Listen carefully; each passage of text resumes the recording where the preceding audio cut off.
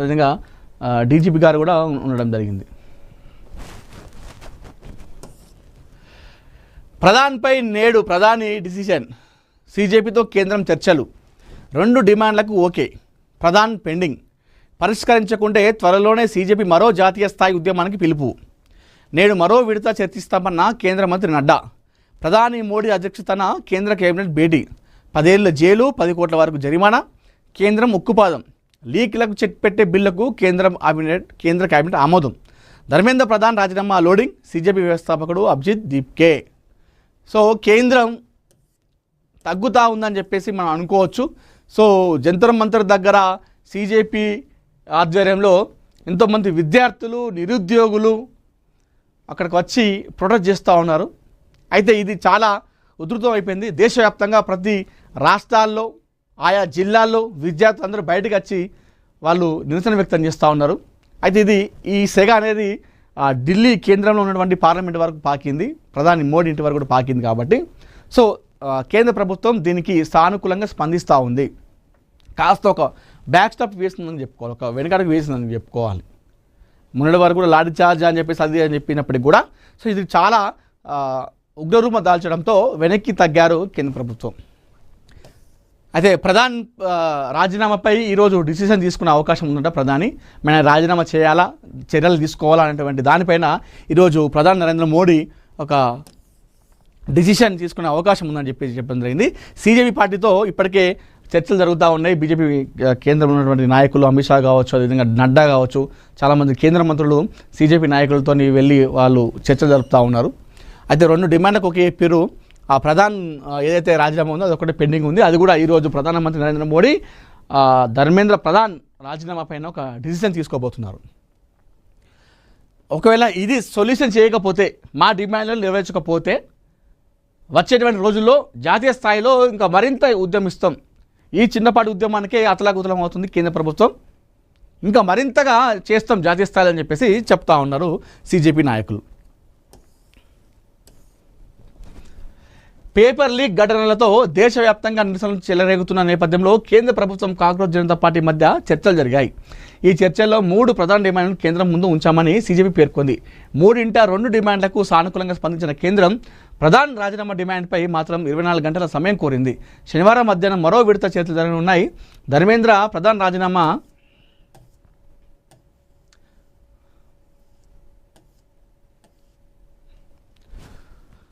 డిమాండ్పై మాత్రం 24 గంటల సమయం కోరింది. శనివారం మధ్యాహ్నం మరో విడత చర్చలు జరగనున్నాయి.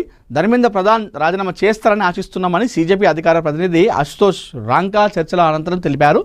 మరోవైపు ప్రధాని మోడీ అధ్యక్షతన కేంద్ర కేబినెట్ భేటీ జరగగా లీక్లకు చెక్ పెట్టే బిల్లులకు కేంద్ర కేబినెట్ ఆమోదం ముద్ర వేసింది. సో గంటన్నర పాటు చర్చ జరిగినట. కేంద్ర విద్యాశాఖ మంత్రి ధర్మేంద్ర ప్రధాన్ రాజీనామా చేయాల్సిందేనని సీజేపీ డిమాండ్ చేసింది. ఆత్మహత్య చేసుకున్న విద్యార్థుల కుటుంబాలకు కోటి పరిహారం ఇవ్వాలని, విద్యార్థులపై నమోదైన కేసులు కొట్టివేయాలని కోరామని పేర్కొంది. అయితే ఈ 3 డిమాండ్లను పరిష్కరించేందుకు శనివారం మధ్యాహ్నం వరకు వేచి చూస్తామని సీజేపీ వెల్లడించింది.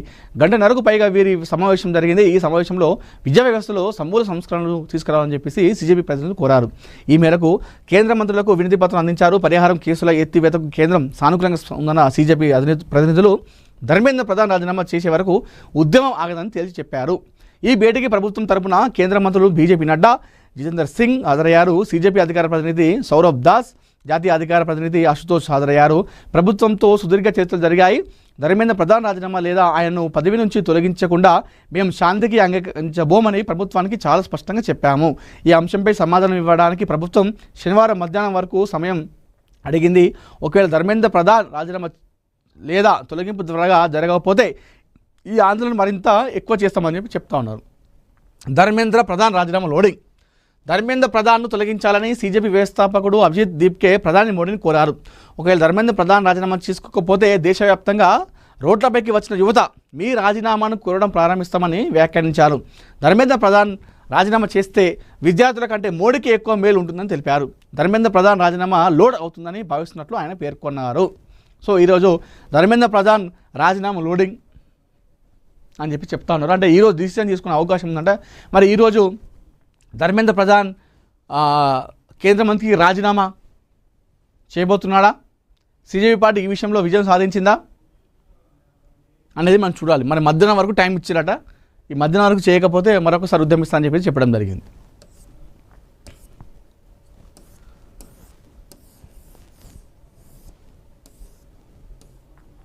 సింగరేణికి 10 ఏళ్ల రోడ్ మ్యాప్ సిద్ధం చేయాలి. ఉప ముఖ్యమంత్రి బట్టి విక్రమార్క ఆదేశం. బొగ్గుతో పాటు క్రిటికల్ మినరల్స్, గ్రీన్ ఎనర్జీ రంగాల్లోకి విస్తరించాలి. ప్రైవేట్ పోటీని ఎదుర్కొనేలా నాణ్యత పెంచాలి. సింగరేణి అభివృద్ధికి ప్రభుత్వం అండగా ఉంటుంది.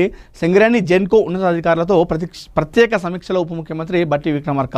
మనుగురు ఓపెన్ కాస్ట్ బీటీపీఎస్లను సందర్శించిన బట్టి. మనం ఒక వార్త చూసుకోవచ్చు. అన్నోజిగూడలో అరాచకం ఎపిసోడ్ 5. విజయ్ మాల్యా బాటలోనే బాలరాజ్ గౌడ్. 8 ఎకరాలు కొని 80 ఎకరాలపై కన్ను. 100 కోట్ల బ్యాంకు రుణాల ఎగవేత.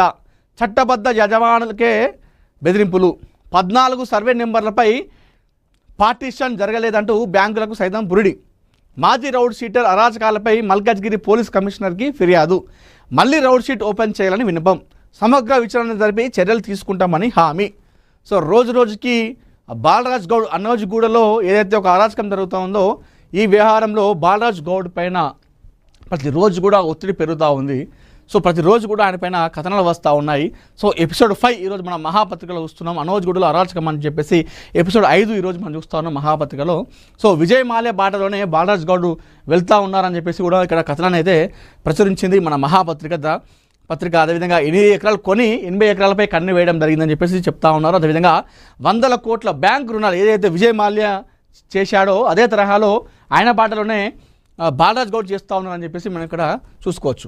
గట్కేసర్ సర్కిల్ పరిధిలోని అన్నోజిగూడలో మాజీ రౌడ్ షీటర్ బాలరాజ్ గౌడ్ చట్టంలోని లోసుగులను అడ్డం పెట్టుకొని ఒకవైపు బ్యాంకులకు తీవ్ర ఇబ్బంది గురి చేస్తూ మరోవైపు బ్యాంకుల బహిరంగ వేలం ప్రక్రియను తప్పుదోవ పట్టించే ప్రయత్నాలు చేస్తున్నారన్న ఆరోపణలు వినిపిస్తున్నాయి. బ్యాంకుల నుంచి కోట్లాది రూపాయల రుణాలు తీసుకొని వాటి చెల్లింపులు విఫలమవడంతో ఇప్పుడు మరో విజయ్ మాల్యాను తలపిస్తున్నారనే విమర్శలు వ్యక్తమవుతున్నాయి. తాకట్టు ఆస్తులను వేలం వేయడానికి బ్యాంకులు ముందుకు వస్తే భూములకు ఇప్పటికీ పార్టీషన్ జరగలేదు, యాజమాన్య వివాదాలు ఉన్నాయి, కోర్టు కేసులు పెండింగ్లో ఉన్నాయంటూ అభ్యంతరాలు వ్యక్తం చేయడం ద్వారా వేలం ప్రక్రియను అడ్డుకుంటున్నారనే ఆరోపణలు వినిపిస్తున్నాయి. ఇదే సమయంలో కోర్టుల ముందు పార్టీషన్ జరగలేదని అనే వాదనను తెరపైకి తెచ్చి న్యాయ ప్రక్రియను సైతం తప్పుదోవ పట్టించే ప్రయత్నాలు జరుగుతున్నాయన్న విమర్శలు కూడా ఉన్నాయి. ఫలితంగా అటు బ్యాంకులు తమ రుణాలను రికవర్ చేసుకోలేక, ఇటు అసలు పట్టాదారులు తమ హక్కులను వినియోగించుకోలేక రైతులు, ఫ్లాట్ల యజమానులు అదేవిధంగా తమ ఆస్తులపై స్వేచ్ఛగా నిర్మాణాలు చేపట్టలేక తీవ్ర ఇబ్బందులు ఎదుర్కొంటున్నారని బాధితులు ఆవేదన వ్యక్తం చేస్తున్నారు. అంటే ఒక్క వ్యక్తి వల్ల అక్కడ ఎంతమంది సఫర్ అవుతున్నారో చూడండి. అటు బ్యాంకులు వాళ్ళ దగ్గర నుంచి రుణాలు వసూలు చేసుకోలేక, అదేవిధంగా ఇటు రైతులు, అటు పట్టాదారుల అసలు యజమానులు, ఫ్లాట్ల యజమానులు, వినియోగదారులు ఇంతమంది సఫర్ అవుతున్నారు మన బాలరాజ్ గౌడ్ అన్న చేయబట్టి. మరి అన్న ఇంత కథలు ఎందుకు చేస్తూ ఉన్నారు? మరి ఎందుకు అన్న పైన ఎందుకు చర్యలు తీసుకోవట్లేదు? మాజీ రౌడ్ షీటర్ అని చెప్పేసి భయపడుతున్నారా? మరి ఏంది కథ? ఎందుకు దీనిపైన స్పందిస్తలేరు అధికారులు? ఈ వ్యవహారంపై సమగ్ర విచారణ జరిపి వాస్తవాల వెలుగులోకి తేవాలని స్థానికులు, బాధితులు డిమాండ్ చేస్తూ ఉన్నారు. ఇది కథ. మహాపత్రికలో బాలరాజ్ గౌడ్ పైన వచ్చినటువంటి కథనాలు ఎపిసోడ్ 1, 2, 3, 4 ఈరోజు 5. ప్రతిరోజు కూడా ఒక కథనాన్ని ప్రచారం చేస్తూ ఉంది మహాపత్రిక ANN తెలుగు సంయుక్తంగా. ఇంకో భయ ప్రాంతుల్లో రైతులు, ఫ్లాట్ల యజమానులు, ఇది కథ. 8 ఎకరాలు కొనుగోలు చేసి 8 ఎకరాల పైగా పెత్తనం చేస్తూ ఉన్నారట మన బాలరాజ్ గౌడ్. మాజీ రౌడ్ షీటర్ అరాచకాలపై మల్కాజ్గిరి పోలీస్ కమిషనర్కి ఫిర్యాదట. అన్నోజిగూడలో మాజీ రౌడ్ షీటర్ పాల్గొని బాలరాజు అరాచకాలు, భూ వివాదాలు, బౌన్సర్లతో బెదిరింపులు, ప్రజా రహదారుల ఆక్రమణల అంశాలపై మల్కాజ్గిరి పోలీస్ కమిషనర్ సుమతికి స్థానిక రైతులు, ఫ్లాట్ల యజమానులు, బాధితులు ఫిర్యాదు చేసిరట. సదరు ఫిర్యాదుపై స్పందించిన కమిషనర్ సుమతి సంబంధిత అంశాలపై పూర్తి వివరాలు సేకరించి సమగ్ర విచారణ చేపట్టాలని సంబంధిత అధికారులను ఆదేశించారు. చట్టాన్ని చేతుల్లోకి తీసుకుని ఎవరైనా బెదిరింపులకు అక్రమాలకు పాల్పడితే